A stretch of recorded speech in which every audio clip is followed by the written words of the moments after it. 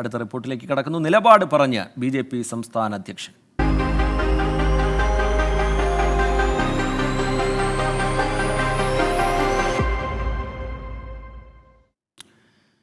കേന്ദ്രവിഹിതം സംസ്ഥാനങ്ങളിലൂടെ നൽകുന്നത് അവസാനിപ്പിച്ച് നേരിട്ട് ഗുണഭോക്താക്കൾക്ക് വിതരണം ചെയ്യുന്ന സംവിധാനം വേണമെന്ന് BJP സംസ്ഥാന അധ്യക്ഷൻ K. സുരേന്ദ്രൻ. 24-ന്റെ ആൻസർ പ്ലീസ് പരിപാടിയിലാണ് പരാമർശം. ഫെഡറൽ സംവിധാനത്തിനെതിരെയുള്ള വെല്ലുവിളിയാണ് K. സുരേന്ദ്രൻ്റേതെന്ന് മന്ത്രി P. A. മുഹമ്മദ് റിയാസ് കുറ്റപ്പെടുത്തി. ആൻസർ പ്ലീസ് പരിപാടിയുടെ പൂർണ്ണരൂപം ഇന്ന് വൈകിട്ട് 5:30-ന് 24-ൽ പ്രേക്ഷകർക്ക് കാണാം.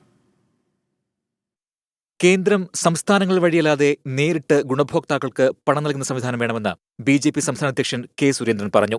ഫെഡറൽ സംവിധാനത്തിന് എതിരാണെങ്കിലും ഈ സംവിധാനം നടപ്പിലാക്കണമെന്നാണ് നിലപാടെന്ന് K. സുരേന്ദ്രൻ 24 ആൻസർ പ്ലേസിൽ.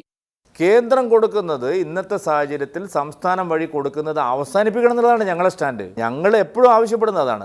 കേന്ദ്രം തൊഴിലുറപ്പിന് കൊടുക്കുന്നത് നേരിട്ട് തൊഴിലുറപ്പ് തൊഴിലാളി കൊടുക്കണം.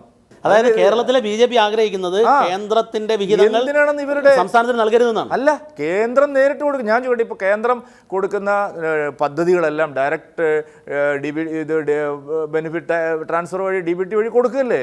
എന്തിനാണ് ഇവരെ ഇത് കൊടുക്കേണ്ടത്? ഞങ്ങളുടെ സ്റ്റാൻഡ് എപ്പോഴും അങ്ങനെയാണ്. സംസ്ഥാനം കേന്ദ്രത്തിൽ നിന്ന് കിട്ടാനുള്ള പണത്തിന്റെ ധവളപത്രം ഇറക്കണം.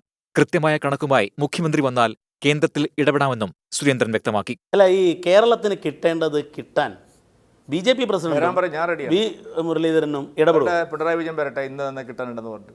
വസ്തുതാപരമായിട്ടാണെങ്കിൽ കിട്ടേണ്ടത് കിട്ടാൻ വസ്തുതകളുടെ പിൻബലത്തിലാണെങ്കിൽ ഞങ്ങൾ തയ്യാറെടുപ്പുകൾ ഹോംവർക്ക് നടത്തിയിട്ടും കിട്ടിയില്ല എന്ന് പറഞ്ഞ കണക്കുമായിട്ട് അത് എവിടെയും പറയുന്നില്ലല്ലോ സാർ. K. സുരേന്ദ്രൻ നിലപാടിനെ മന്ത്രി P. A. മുഹമ്മദ് റിയാസ് രൂക്ഷമായ ഭാഷയിൽ വിമർശിച്ചു.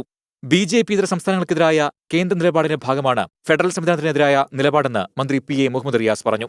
രാജ്യം ഭരിക്കുന്ന ഭരണകക്ഷിയിലെ പ്രധാന പാർട്ടിയുടെ സംസ്ഥാനത്തെ പ്രധാനപ്പെട്ട നേതാവിൻ്റെ ഈ പ്രസ്താവന സംസ്ഥാന സർക്കാരുകൾ, അത് തങ്ങൾക്ക് ഇഷ്ടമില്ലാത്ത സർക്കാരുകളാണെങ്കിൽ ആ സർക്കാരുകളെ വകവെക്കുന്നില്ല, ആ സർക്കാരുകളെ പരിഗണിക്കുന്നില്ല, ആ സംസ്ഥാനത്തെ ജനങ്ങളുടെ അവകാശങ്ങളെ നിഷേധിക്കുന്നു, ഫെഡറൽ സംവിധാന തത്വങ്ങളെ കാറ്റിൽ പരത്തുന്നു. അതാണ് ഞാൻ പറഞ്ഞത്, ഭരണഘടന വധഭീഷണിയിലാണ്.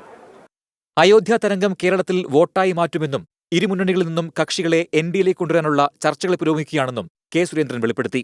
സംസ്ഥാനത്ത് മോദി തരംഗമുണ്ടെന്നും നാളെ തുടങ്ങുന്ന BJPയുടെ കേരള പദയാത്രയിലൂടെ പല മാറ്റങ്ങളും കാണാനാകുമെന്നും K. സുരേന്ദ്രൻ കൂട്ടിച്ചേർത്തു. Political desk 24.